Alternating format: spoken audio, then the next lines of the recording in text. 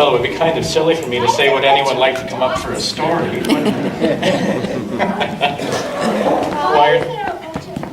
Oh, well, some of it's wax, and some of it's stains from other stories. And that's the beauty of story cloth, is that it has a bit of history.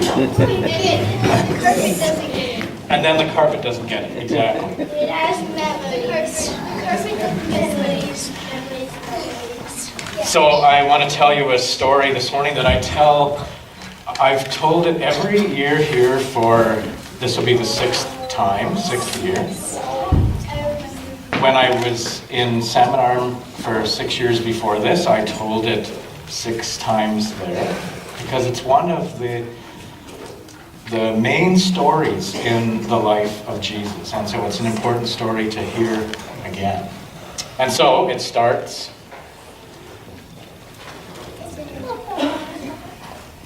in the Holy Land, in the desert, in the place where Jesus was born and grew up and taught people about God. And this story begins in the town of Nazareth, and we've heard of Nazareth before, because Nazareth is the place where Jesus grew up.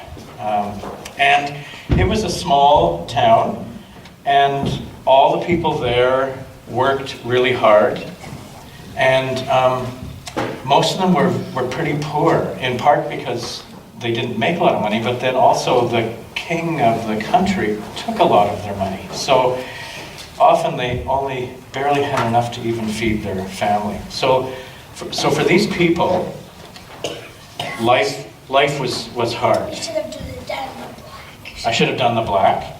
Well, they're good people. So, and this is where Jesus lived and grew up.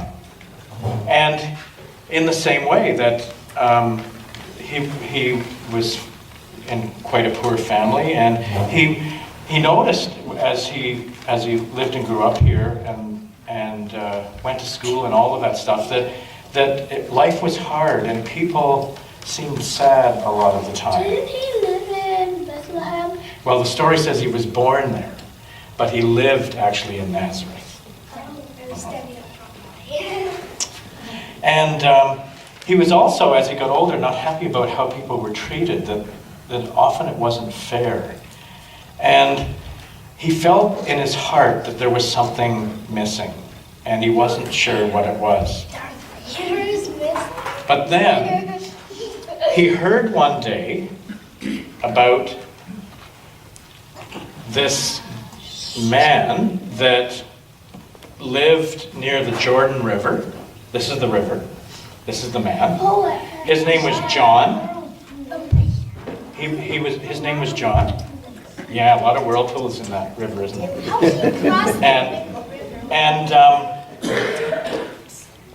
And he'd heard that John was telling people about how to live a different way, to live kind of from their heart and to change the way they lived. And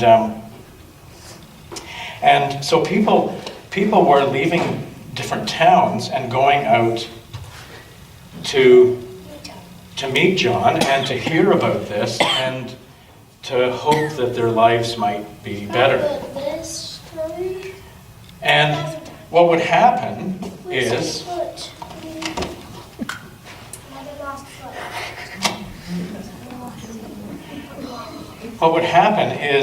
when people decided that they wanted to live from their hearts and live differently, John would go out into the river, and they would go out, and he would push them down under the water, and they would come up, and it was like they were cleaned. It's kind of like naked. Yeah, he's losing his clothes, isn't he?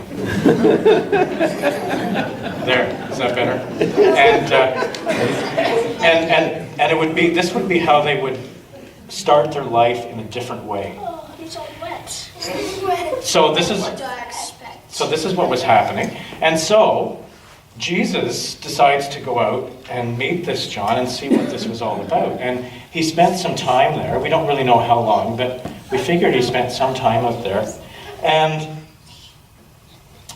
he loved the way John would tell people they needed to live a different way. They needed not to just follow all the rules and the laws, but follow them with love.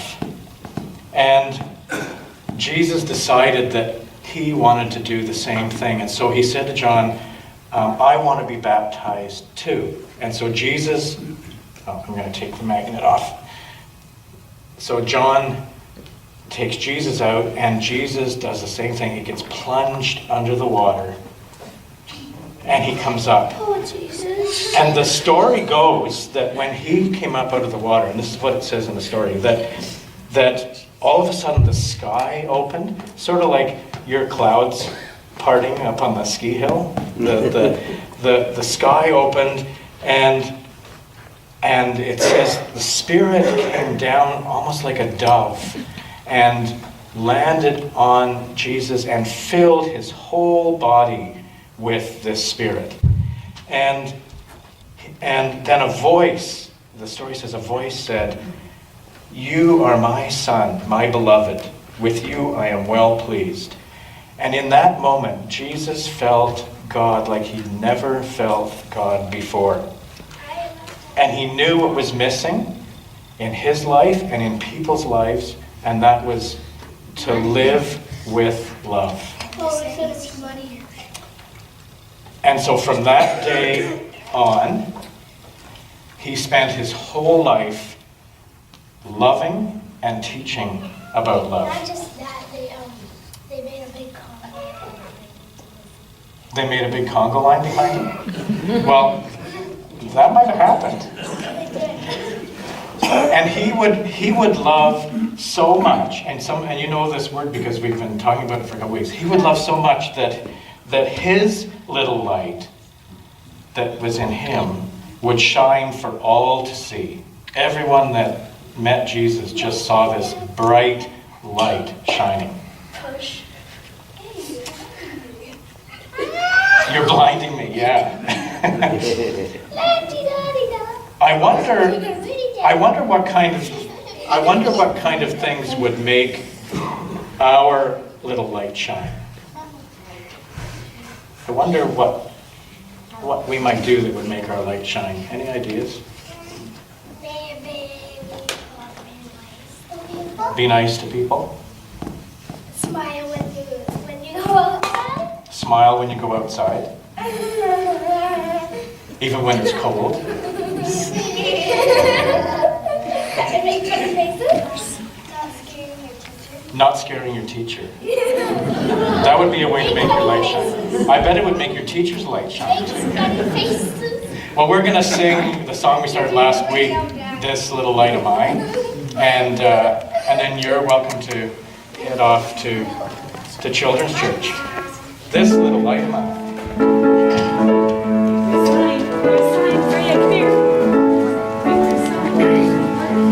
This little light of mine, I'm gonna let it shine. This little light of mine, I'm gonna let it shine.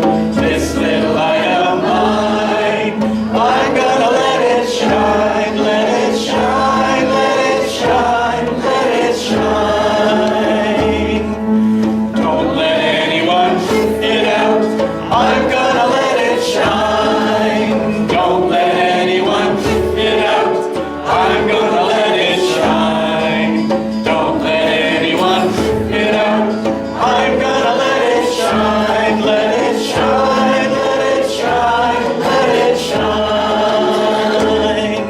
See the light spreading round the world.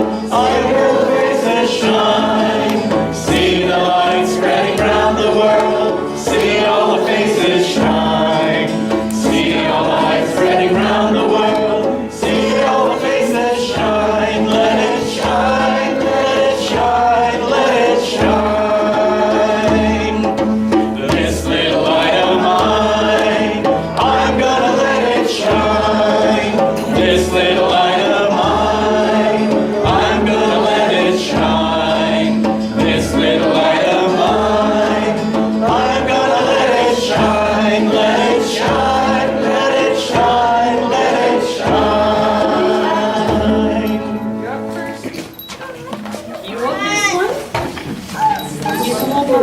Did you notice, any of you, that even some of the adults' faces were shining this morning when we were singing that? Yes,